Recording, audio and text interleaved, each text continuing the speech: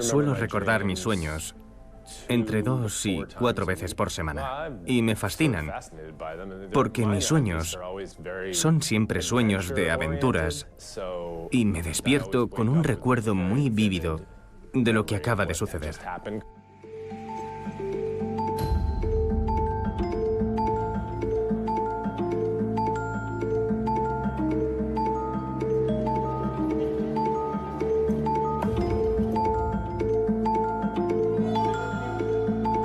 Me grabo a mí mismo y añado elementos al vídeo, cosas reales, nada de efectos especiales hechos por ordenador. Plastilina, pintura y papel. Así es como el animador Lawrence Becker reproduce sus aventuras nocturnas. Estos relatos oníricos, ya sean animados o simplemente anotados en cuadernos, son la materia prima de los investigadores de sueños. Yo no le digo a la gente que soy investigador de los sueños, porque cuando lo hago, las palabras que salen invariablemente de sus labios son: «Oh, yo he tenido un sueño increíble».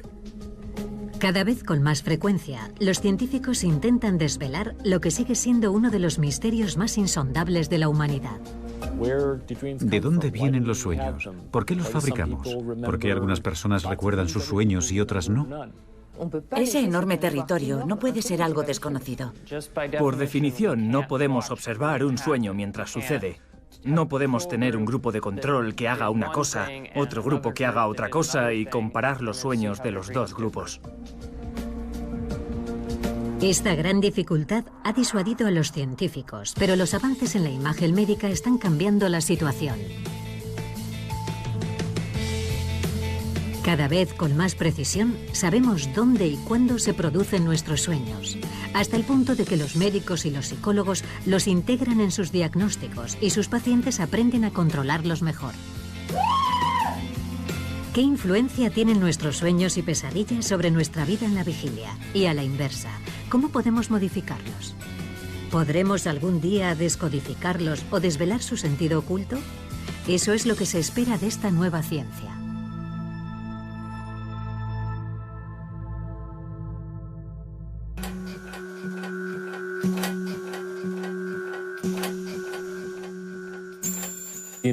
La interpretación de los sueños, el gran libro de Freud, comienza con uno de sus propios sueños. Freud está tratando a una de sus pacientes, a quien llama Irma.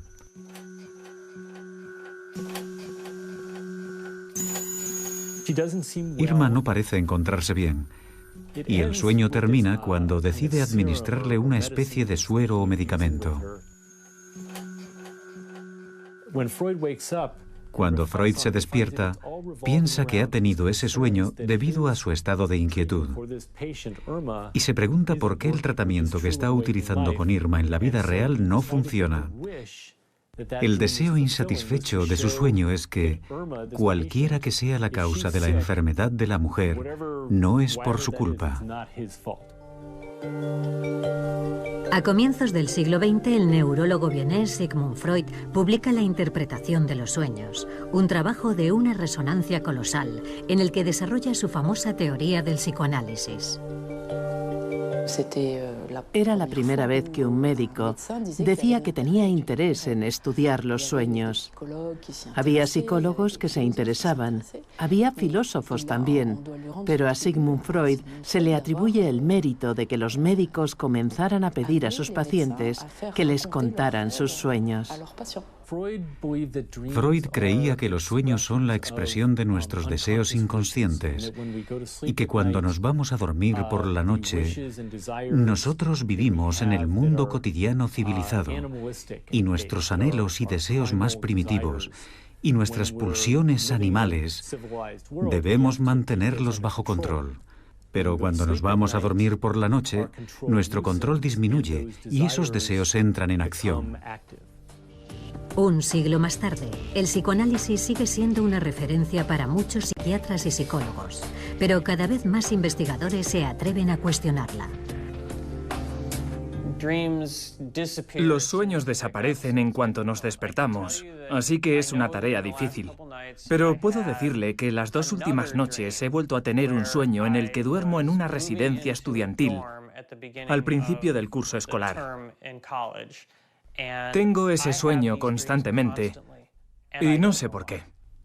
Me resulta muy frustrante que mis sueños sean en periodos estresantes y que siempre intente resolver un problema que no existe.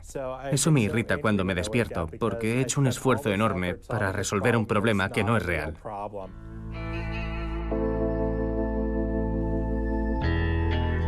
El misterio de los sueños permanece intacto, al menos desde un punto de vista fisiológico. Nadie ha conseguido todavía explicar por qué cada noche el ser humano corta con el mundo exterior para dormir y tal vez también soñar.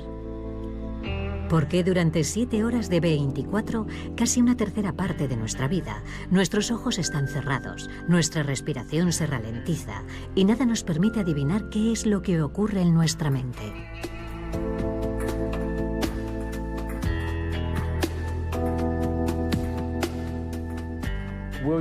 William Dement, uno de los primeros investigadores del sueño y de los sueños, llevó a cabo uno de sus primeros experimentos en su laboratorio del sueño. Un paciente le cuenta al despertarse que ha soñado con un partido de tenis, mirando cómo la pelota pasaba de un lado a otro durante el juego. El relato se correspondía con el movimiento de los ojos registrado en el laboratorio mientras el paciente dormía.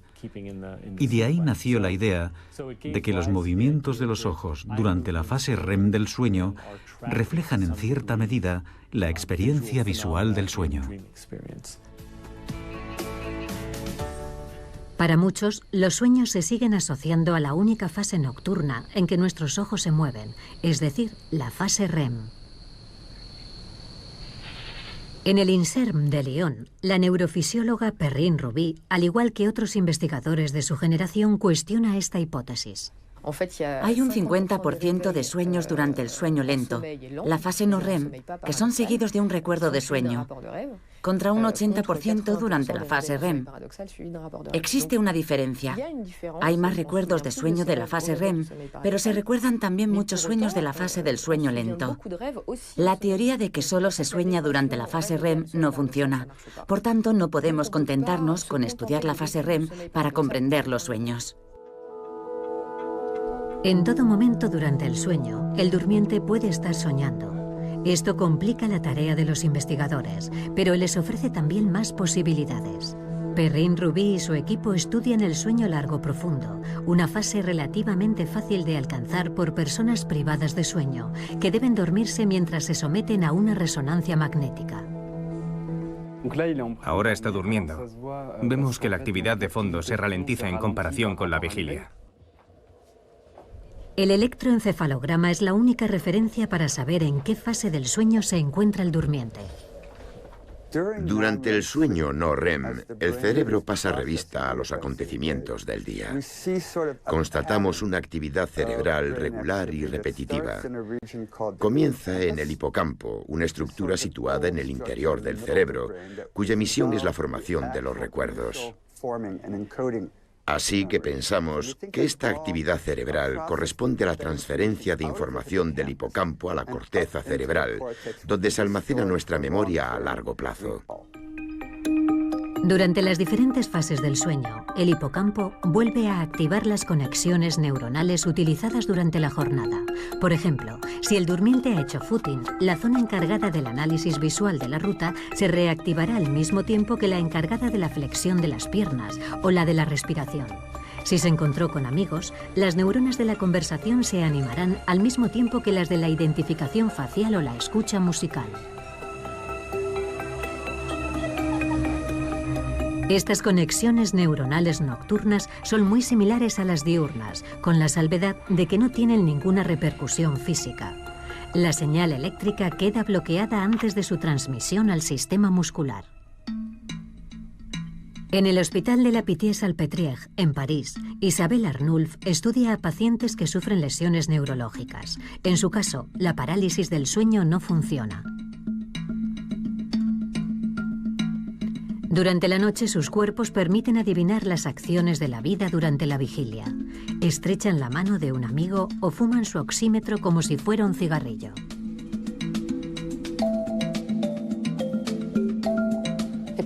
Las personas que exteriorizan sus sueños son muy valiosas porque tenemos el sueño mientras se está desarrollando. Así que podemos evaluar la duración, por ejemplo, y descartar la idea de que los sueños tienen una duración distinta a la realidad, que son más lentos o que un infinito transcurre en un segundo. La gente que muestra esos comportamientos lo hace a la misma velocidad que en la realidad. Tengo, por ejemplo, un paciente que ha construido una escalera y lo ha hecho durante un sueño de 1 hora, así que no iba más rápido que en la realidad.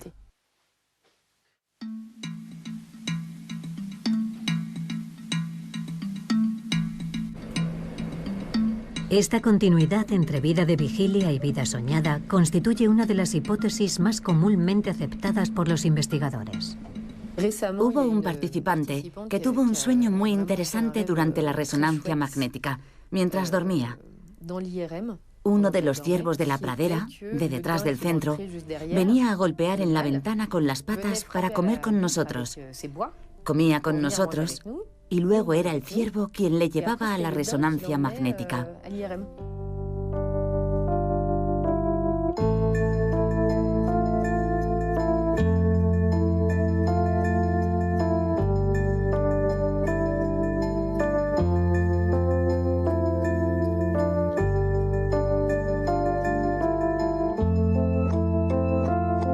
Los estudios cuantitativos de los estadísticos del sueño verifican la hipótesis de la continuidad.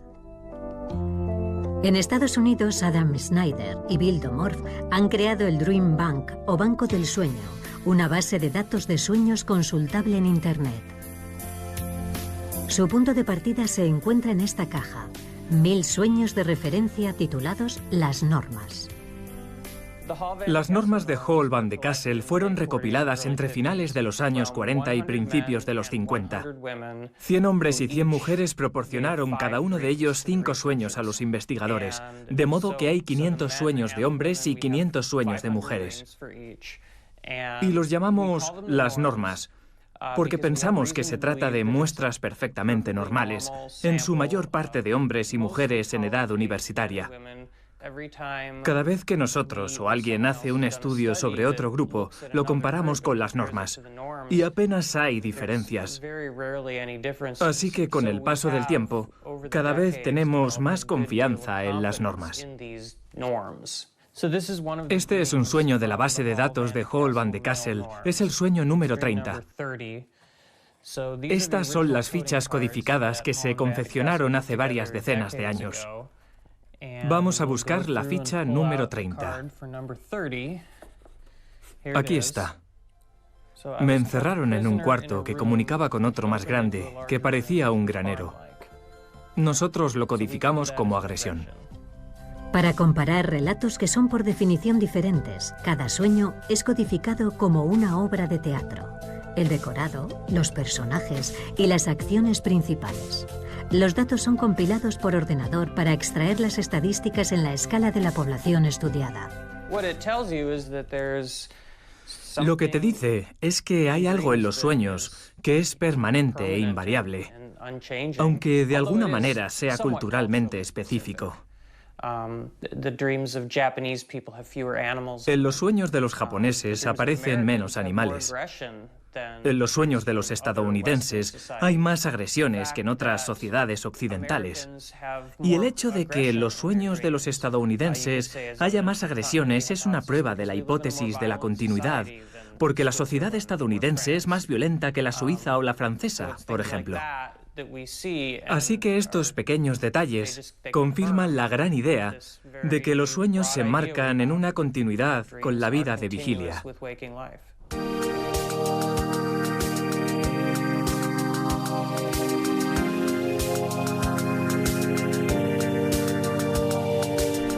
Cada noche, nuestros sueños reconectan con los lugares, los rostros y las acciones que están ya presentes en nuestra memoria. Sin embargo, nos sentiríamos mucho menos fascinados si nuestros sueños reflejaran exactamente la realidad cotidiana. Parece que nuestro cerebro tiene una capacidad siempre renovada para sorprendernos, efectuando asociaciones de ideas entre nuestra memoria a corto plazo y nuestros recuerdos más antiguos.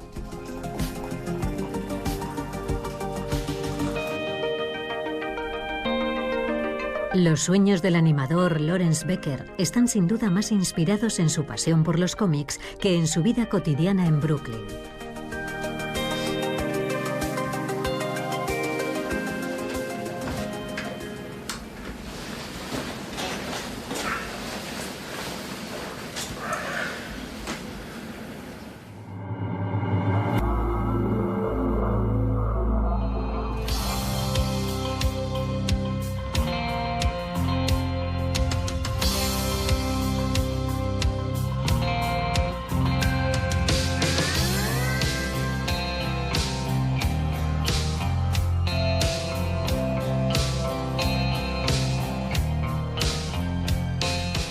La estructura del sueño es siempre un poco disparatada. Parece lógica y luego de golpe todo se desmorona y se convierte en una estructura totalmente distinta. Recuerdo un sueño en el que explotaba una bomba y yo intentaba alejarme conduciendo. Yo sabía quién la había puesto. Era un trabajo interno del gobierno. Era un plan perfectamente elaborado. Pero de repente todo cambiaba y me encontraba nadando con una rana o cualquier otra cosa que no tenía nada que ver. No suelen durar.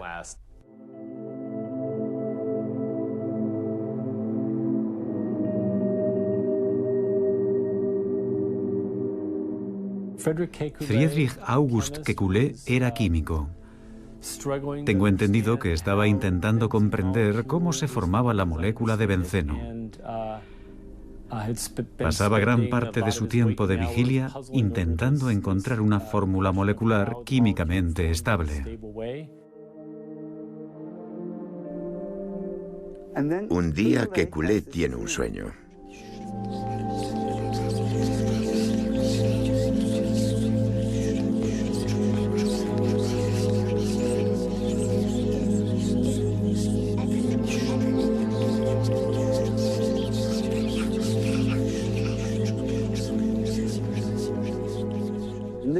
En el sueño ve a una serpiente tragándose su propia cola. Se despierta del sueño y dice, ya está, es esto. Y resulta que la estructura molecular del benceno es un círculo con los 6 átomos de carbono unidos en un bucle. Era la primera estructura circular encontrada en la naturaleza. Y la idea de ese tipo de conexión se le ocurrió gracias al sueño. Es un ejemplo muy claro de cómo la mente de una persona, cuando se encuentra en estado de vigilia, puede chocar contra un muro y no ser capaz de encontrar la solución a un problema. Y cuando se va a dormir, la mente se relaja. Las conexiones se expanden y surgen nuevas posibilidades. Esto no significa que cualquiera pueda irse a dormir y despertarse con un nuevo descubrimiento en el campo de la química. Pero si es a eso a lo que te dedicas, tus sueños te podrán ayudar. Decimos, voy a consultarlo con la almohada, y por la mañana nos despertamos y tenemos la respuesta. No sabemos por qué tenemos la respuesta, pero la tenemos. Nosotros pensamos que esto se debe al proceso de codificación de la memoria. El cerebro recoge estos grandes volúmenes de información e intenta reducirlos a una simple respuesta. Para Robert Stickgold, pionero en la ciencia de los sueños en Estados Unidos, el secreto de esta creatividad desbordante hay que buscarlo en el sueño paradójico. Cuando estamos en la fase REM del sueño, la parte del cerebro cuyo papel durante la vigilia es organizar los recuerdos e ir a buscarlos, la corteza prefrontal está prácticamente inactiva, lo que explicaría que nuestra actividad cerebral durante el sueño paradójico sea totalmente desorganizada. Antes de almacenar un recuerdo en la memoria a largo plazo, el hipocampo reactiva no solo las conexiones realizadas durante la jornada, sino también los recuerdos pasados, utilizando las mismas conexiones. El durmiente que ha estado corriendo no necesita registrar en su memoria el itinerario habitual de su recorrido. Ya lo ha memorizado antes muchas veces, igual que su forma de respirar o de frenar el paso. Sin embargo, guardará en la memoria los acontecimientos excepcionales de su trayecto diario, como por ejemplo el del camión que ha estado a punto de atropellarle. Esta clasificación nocturna efectuada por la memoria crea acercamientos inesperados de recuerdos y de ideas. Estas combinaciones sorprendentes se encuentran posiblemente en el origen de nuestros sueños.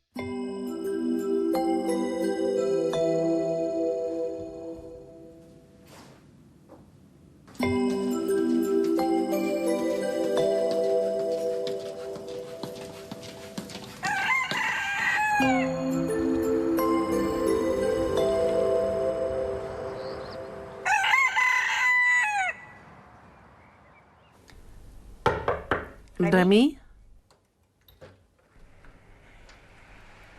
¿Remy? ¿Has conseguido dormir? Sí, sí. ¿Has conservado algo al despertarte? Oh, no. ¿No has soñado nada? Muy bien.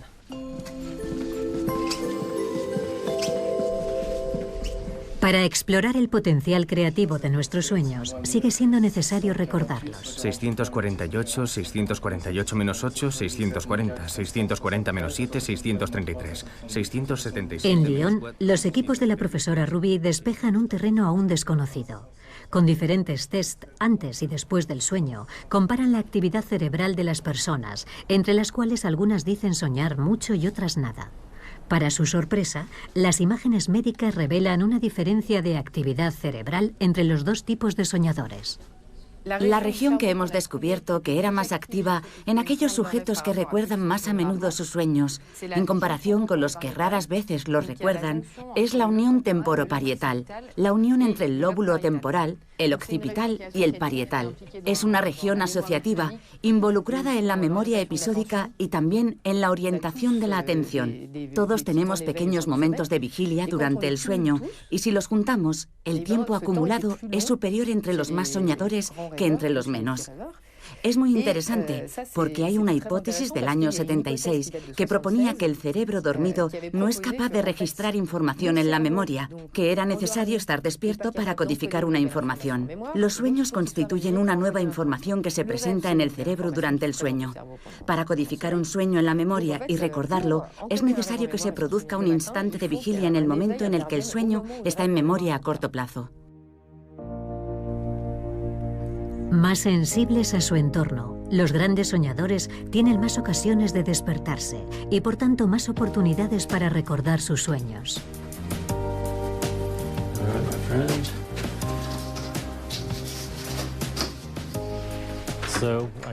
Aquí es donde guardo mis diarios de sueños. Están todos aquí. Se remontan al año 1981. Estos son los más recientes. Ahora tengo un enfoque más sistemático. Utilizo siempre los mismos. Los tengo en mi mesilla de noche y al despertarme escribo aquello que recuerdo. Y más tarde, a lo largo del día, lo paso todo a mi ordenador. Alguien que raras veces recuerda sus sueños puede empezar a elaborar un cuaderno de sueños. Lo pone al lado de la cama y todas las mañanas cuando se despierta, incluso cuando no haya soñado, y esto es muy importante, todas las mañanas cuando se despierta escribe: hoy no he soñado. Vaya, hoy no he soñado. Al cabo de 2 semanas de haber empezado el cuaderno de sueños, aumentarán ostensiblemente los recuerdos de los sueños por la mañana. Como si hubiera un componente de atención a la actividad cognitiva en marcha durante el sueño que le permite recordar mejor. No conocemos el mecanismo, sin embargo, funciona muy bien. Los diarios de sueños son la mejor fuente de reflexión sobre los sueños, ya que a menudo corresponden a experiencias vividas por un individuo. Y con el tiempo, el diario se convierte en una especie de comentario continuo que se superpone a los recuerdos de una persona sobre un período determinado de su vida. Este es un sueño en el que estoy leyendo algo acerca de los osos polares y de repente aparecen osos polares, pero también un puma y un lobo sobre una roca nevada. Me encuentro en una situación en la que debo matar al oso polar y luego experimento un sentimiento de culpabilidad terrible. Me sentía indignado conmigo mismo. En aquella época, yo buscaba formas de luchar contra mi propia agresividad.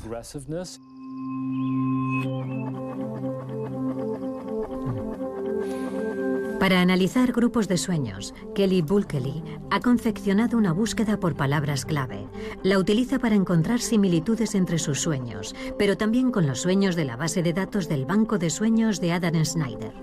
29.961, así que cerca de 30.000 sueños. Actualmente está colaborando con desarrolladores informáticos para crear aplicaciones destinadas al gran público, que permitirían recopilar los sueños de la población a gran escala. La posibilidad de que la gente registre y estudie sus sueños es muy estimulante. Ya contamos con la tecnología para recopilar sueños, no solo de forma individual, sino a gran escala entre la población. Si la gente se presta a ello, evidentemente, podríamos reunir fácilmente cantidades ingentes de contenido onírico, un contenido de sueños que tendrían un efecto en los propios individuos, pero sobre todo en los humanos de una manera colectiva. Me intriga mucho lo que eso podría revelarnos. A lo mejor la gente descubre que tiene los mismos sueños que sus vecinos, por ejemplo, o quizá muy diferentes. Esa toma de conciencia, si conseguimos llevar a cabo este estudio y compartimos los resultados con la gente, podría modificar potencialmente las relaciones sociales. La perspectiva es fascinante.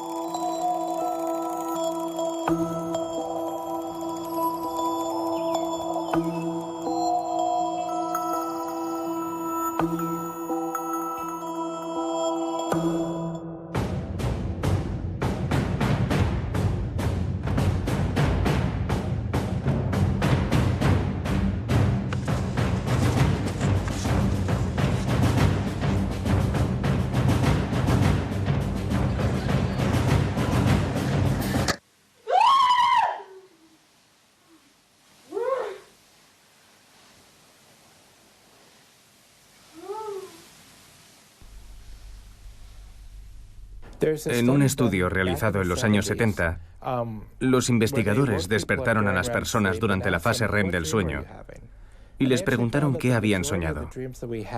Descubrieron que la mayoría de los sueños que tenemos son negativos, de modo que la gente que tiene sueños negativos con frecuencia son probablemente personas que se despiertan más a menudo que los demás durante el sueño. Pero eso no significa nada en términos de salud. Tener pesadillas no es un signo de fragilidad.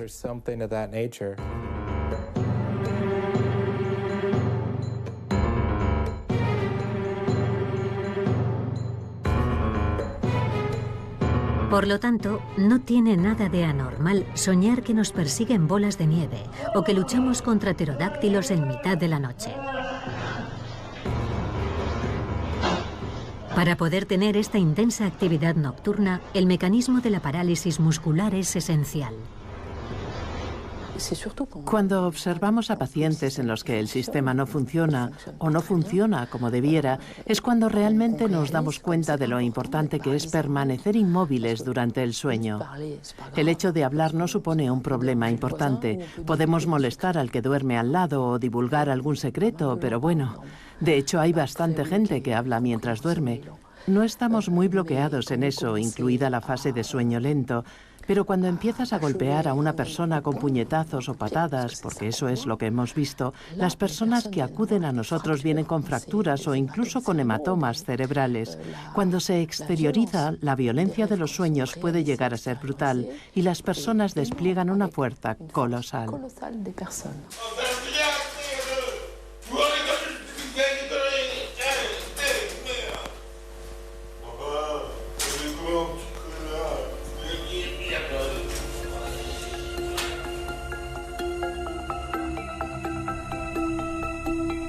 La violencia que exteriorizamos durante la fase REM no va acompañada de un aumento en la frecuencia cardíaca, a diferencia de lo que ocurre durante la vigilia. Y todo se explica por la activación, junto con el hipocampo, de la amígdala, la sede de nuestras emociones. Si exponemos a una persona a imágenes desagradables antes de dormir, imágenes de amputaciones y cosas por el estilo, o serpientes, y luego volvemos a exponerlos a ellas a la mañana siguiente después de dormir, eso no reactiva las regiones de las emociones en una segunda lectura. Mientras que si mostramos a la persona esas mismas imágenes por la mañana y de nuevo por la noche sin haber dormido entre medias, eso resucita exactamente las mismas emociones. Así que el sueño tiene un efecto desensibilizador sobre las emociones. Las personas más o menos saludables, es decir, aquellas en las que las pesadillas juegan un papel positivo, después de vivir una experiencia estresante, suelen tener un sueño relacionado con dicho evento, que les permitirá digerir ese mal recuerdo durante el sueño. Es lo que ocurre la mayoría de las veces. Voy a contarles un sueño que tuve después de evitar por poco un accidente de tráfico. Esa misma noche soñé que estaba en un parque de atracciones con mi hijo Adam, montando en los coches de choque. Mi hijo conducía y mientras chocábamos contra los otros coches, yo le decía, no me gusta, me siento a disgusto, no quiero estar aquí. Y normalmente me gustan los coches de choque. Cuando me desperté, me eché a reír y pensé, acabo de soñar con el accidente que estuve a punto de tener. Pero en mi sueño no se hacía la menor referencia a ese recuerdo. Solo lo recordé una vez despertado. En el sueño ni siquiera lo relaciono con el accidente. Es como si estuviera soñando con ese accidente, pero mi cerebro me prohibiera activar ese recuerdo. Existe una teoría darwinista del sueño. Parte de la constatación de que los seres humanos tenemos un alto porcentaje de sueños negativos, más de 2/3 partes, en los que experimentamos pesadillas, sufrimos agresiones, debemos huir de algún peligro o se nos excluye. Se considera que la presencia de todos esos fenómenos en nuestros sueños se remonta quizá a la época en la que era útil simular, porque en el fondo son simulaciones, son tigres de papel en nuestra mente. Se trata de una serie de amenazas en las que tenemos que huir o contraatacar y simular al mismo tiempo una respuesta. Si sueño que alguien me agrede en el metro y yo respondo dándole un puñetazo y huyendo, estoy entrenando a mi cerebro y si me ocurriera en la realidad podré reaccionar rápidamente y sin pensarlo. Cuando la emoción es muy intensa o el durmiente tiene un sueño demasiado ligero, la amígdala activa su sistema de alerta, lo que provoca el despertar y evita la pesadilla. El procesamiento de la emoción a veces se detiene o se abrevia durante el sueño, y es entonces cuando algunos pacientes comienzan a tener pesadillas recurrentes. Tuve mi primera pesadilla a los 6 años e inmediatamente comenzó a repetirse cada noche. Mis padres eran predicadores pentecostales, así que me llevaban al altar durante la oración y hacían todo lo posible, religiosamente hablando, para tratar de curarme de las pesadillas.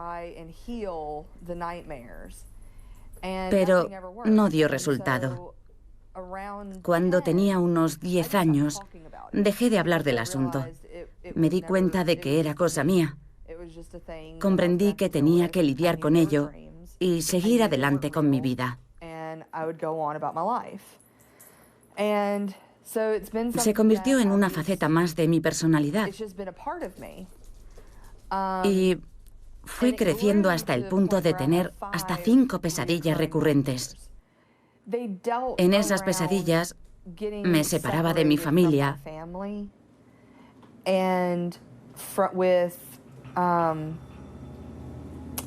y perdía todo el sentido de identidad. Por ejemplo, dejaba de verme a mí misma y era incapaz de encontrar a mi familia. Soñaba que se producían catástrofes naturales y yo los buscaba, pero nunca los encontraba. Eran sueños de ese tipo. Durante más de 20 años, Stacey Wigglesworth no le habló de sus pesadillas a nadie. Estaba agotada todo el tiempo. No podía concentrarme, especialmente en mis estudios. Era incapaz de adquirir o asimilar nuevos conocimientos. Para retener cualquier tipo de información, es necesario pasar por la fase REM del sueño. Y yo no conseguía pasar nunca de ese estadio. Así que me costaba convertir mis recuerdos a corto plazo en memoria a largo plazo. Las pesadillas recurrentes tienen un impacto muy importante sobre la vida de vigilia. Afecta a nuestra capacidad de pensar y procesar información. También afecta a nuestra capacidad de relacionarnos con los demás y disfrutar del presente.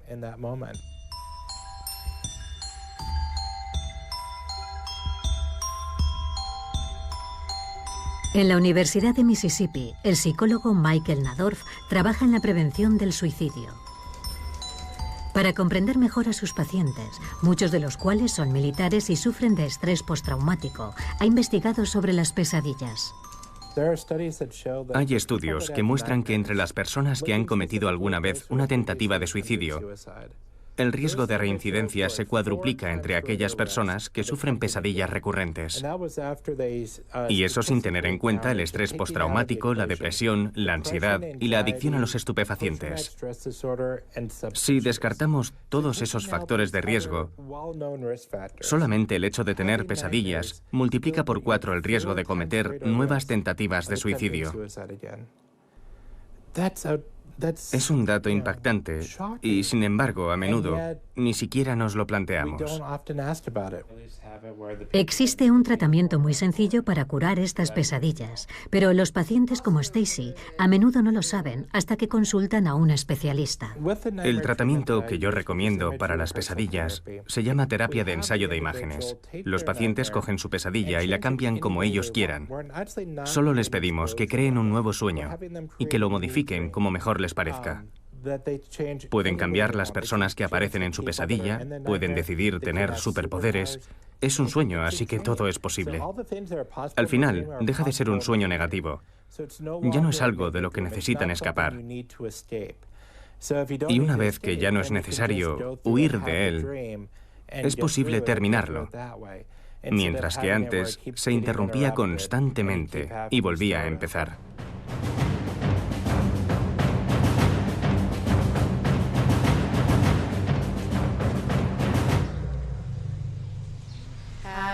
Una vez reescrito el guión de su sueño con un final feliz, el paciente visualiza las nuevas escenas. Comencé el tratamiento justo después de cumplir los 30 años. Empecé a reescribir mi sueño y ahora cada noche, antes de acostarme, releo la nueva historia del sueño. Hace más de un mes que no tengo ninguna pesadilla. Es la primera vez en mi vida que puedo dormir a pierna suelta durante un mes seguido. Entre un 60 y un 80% de los pacientes se curaron después de la primera visita.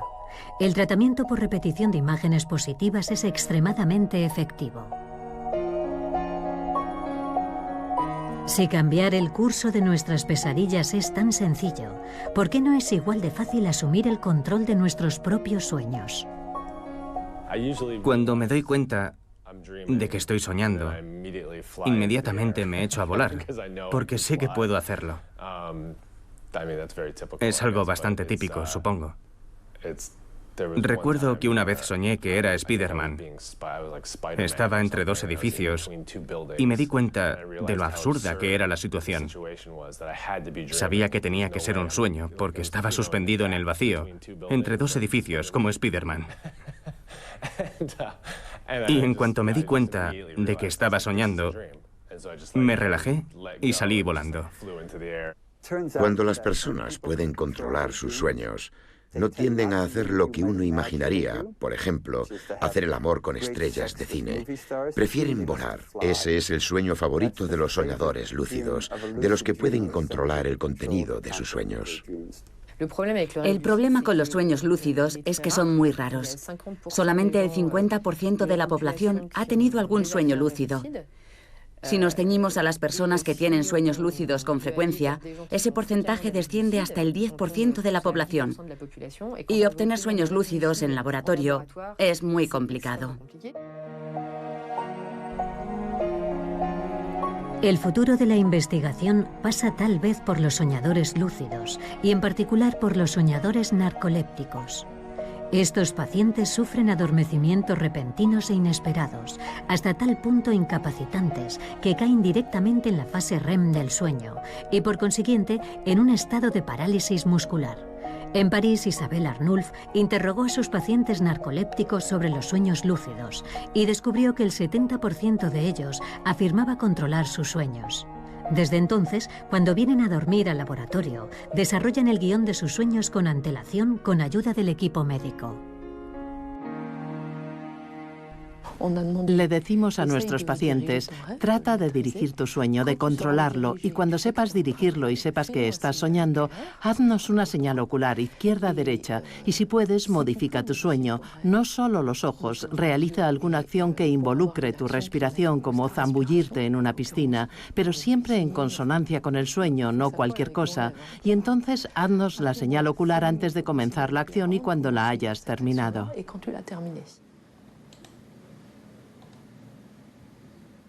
La persona está despierta y paulatinamente en 1 minuto o minuto y medio, en realidad bastante rápido, se duerme. Y vemos cómo el tono se detiene y entra directamente en la fase REM y entonces nos hace la famosa señal ocular izquierda-derecha, izquierda-derecha.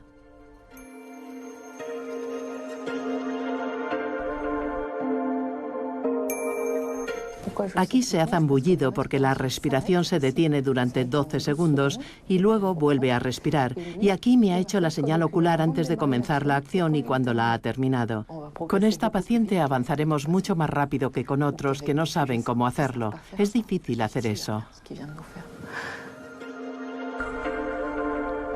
La investigación sobre los sueños lúcidos está aún en pañales, pero es prometedora. Los narcolépticos podrían actuar como exploradores en el mundo de los sueños y ayudarnos así a comprender mejor sus características. En la Escuela Médica de Harvard, los equipos del profesor Steve Gold investigan otras pistas. Controlar los sueños no es muy saludable, porque impedimos a nuestro cerebro hacer lo que quiere hacer. Ahora los investigadores más avanzados salen del cerebro y prefieren las simulaciones informáticas. Anna Shapiro ha programado una red neuronal artificial capaz de retener y organizar la información que se le suministra. Funciona en el ordenador con diferentes programas. Es una versión resumida de las interacciones que se producen en el cerebro, tal como lo conocemos. Conocemos el hipocampo, conocemos los neocórtex, sabemos que hay córtex cerebrales asociados y sabemos que están todos conectados y qué tipo de actividad hay entre ellos.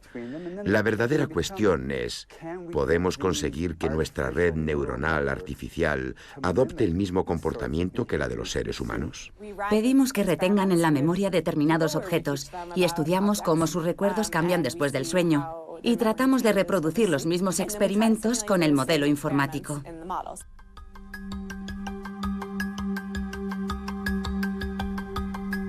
Para comparar al humano con la máquina, todavía nos falta lograr sumergir a la red artificial en un estado de sueño. Una forma de concebir el sueño es nuestra capacidad de procesar información de una manera más o menos útil, sin que haya ningún contacto con el entorno sensorial. Cuando te desconectas del mundo exterior y solamente trabajas con tus propias representaciones, es posible tener una actividad cognitiva que cambie algunas de esas representaciones. Si es así como definimos el sueño, entonces sí, las máquinas pueden dormir. Tenemos una opción que permite dormir al modelo informático y otra que no, y vemos la diferencia. Es más fácil que privar de sueño a un humano. Al despertar, hombres y ordenadores son testados nuevamente para medir la influencia del sueño en sus respectivas actuaciones. Los resultados son sorprendentemente similares. Prácticamente coinciden. Con nuestro modelo informático podemos reproducir los cambios de memoria de los humanos. Para retener nuevas informaciones relacionadas con conocimientos ya adquiridos, si dormimos después de haber aprendido esa nueva información, la integraremos mucho más fácilmente en nuestros conocimientos existentes que si no dormimos. ¿Podemos hacer soñar a un ordenador? No, porque el sueño es en realidad un proceso consciente. Así que necesitaríamos ordenadores dotados de conciencia para conseguir hacerlos soñar. Ahora bien, podemos hacer que los ordenadores imiten la actividad cerebral subyacente que creemos que es el germen de los sueños en nuestro cerebro. No veo por qué no. Podemos hacer coincidir el comportamiento de un modelo informático con el comportamiento humano y también acceder a diferentes representaciones usadas por el modelo. Sería muy interesante comparar dichas representaciones con las utilizadas por el cerebro humano. Estamos estudiando a sujetos con resonancia magnética antes y después del sueño para ver si los cambios de su actividad cerebral se corresponden con los que podemos predecir con la ayuda del ordenador.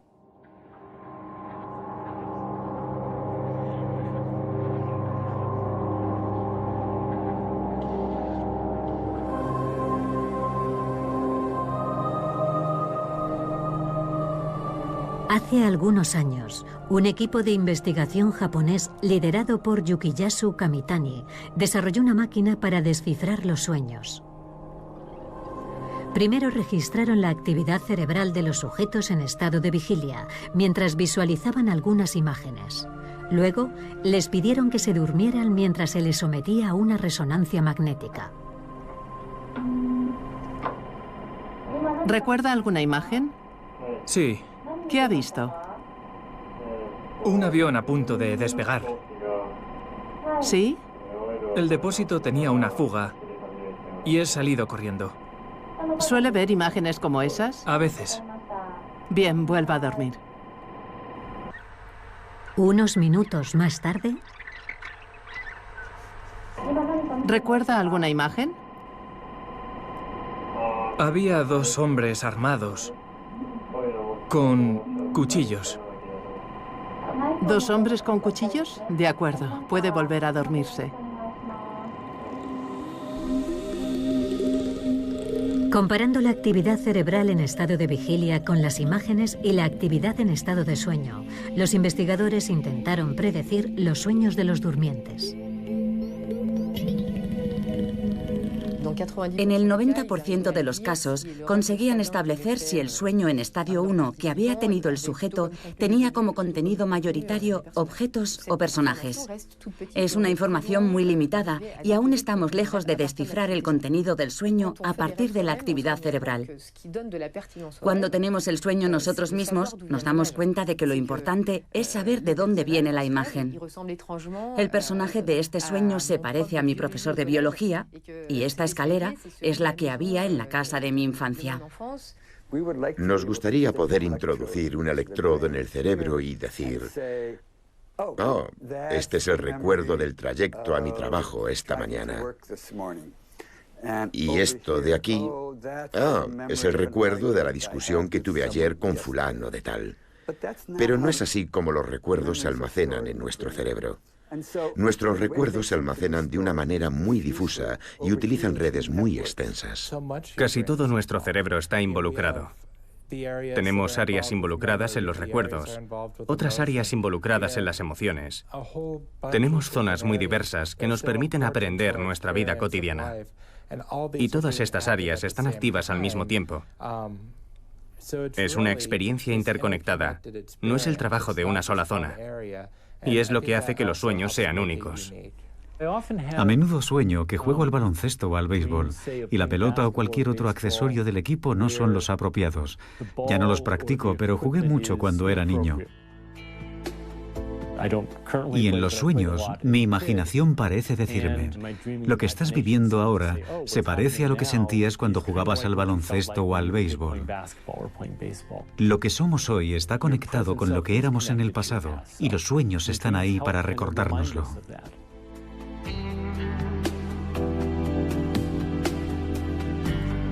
La ciencia de los sueños confirma que nuestros sueños son, sobre todo, una experiencia íntima. Cada persona es libre de prestarles atención o de ignorarlos, de compartirlos o de guardarlos para sí y de intentar o no influir en ellos. En todos los casos, nos ofrecen claves enormemente valiosas para conocernos mejor.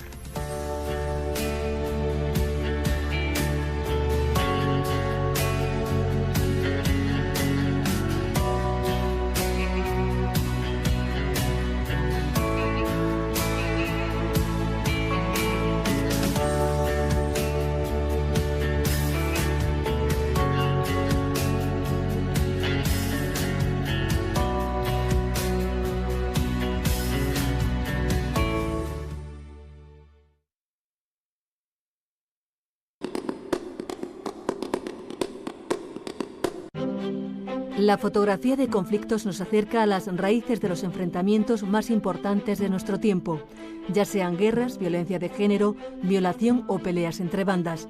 Pero esa obsesión por contar la verdad significa a veces tomar demasiados riesgos. En la Segunda Guerra Mundial hubo un hombre que vivió el conflicto desde dentro, Tony Vaccaro, soldado de infantería y fotógrafo. Sobrevivió a la guerra mientras documentaba su experiencia. Ni siquiera los grandes fotógrafos estuvieron tan cerca como él. La próxima noche temática nos acerca al poder de la fotografía para documentar la historia. Mucha gente me pregunta, ¿por qué haces algo tan peligroso? ¿Por qué arriesgas tu vida? Supongo que es por mi sentido de la responsabilidad, especialmente ahora que se ataca deliberadamente a los periodistas. Lo que me impulsa es la indignación.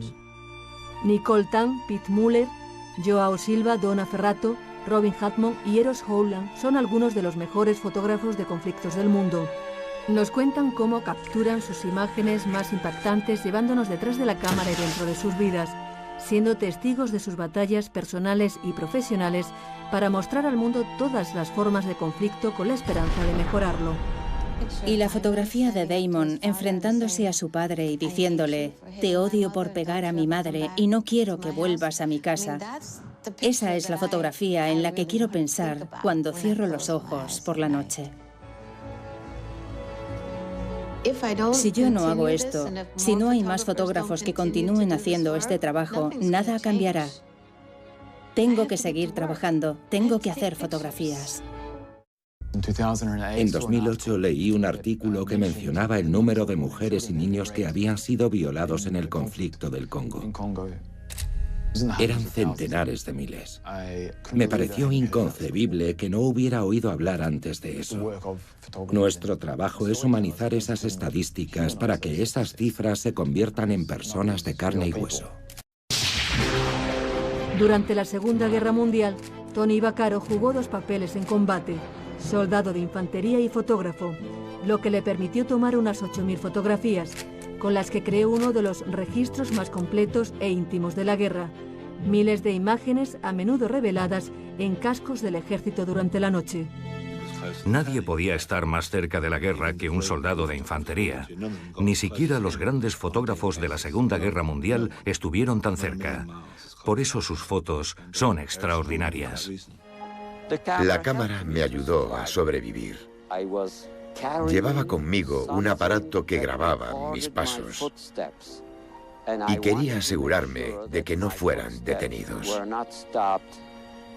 Hice todo lo posible por sobrevivir. Corría deprisa, cavaba muy profundo. Intentaba situarme en una posición en la que tuviera la mayor protección.